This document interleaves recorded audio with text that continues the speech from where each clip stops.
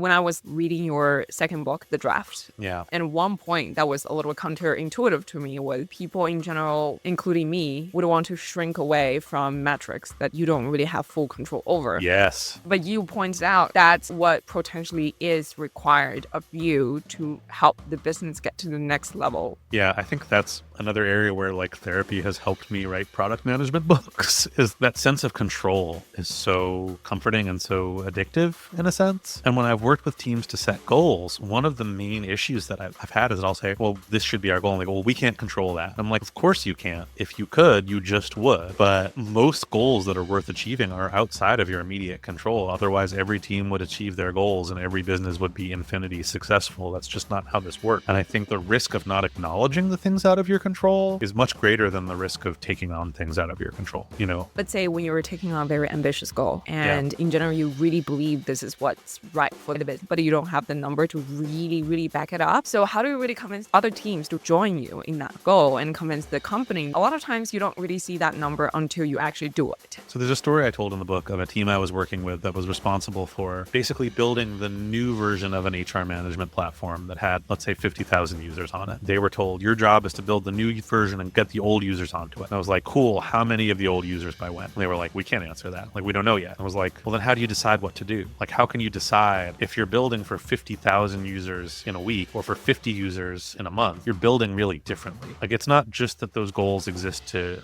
communicate importance. They also guide what types of trade-offs you make and what kinds of decisions you make.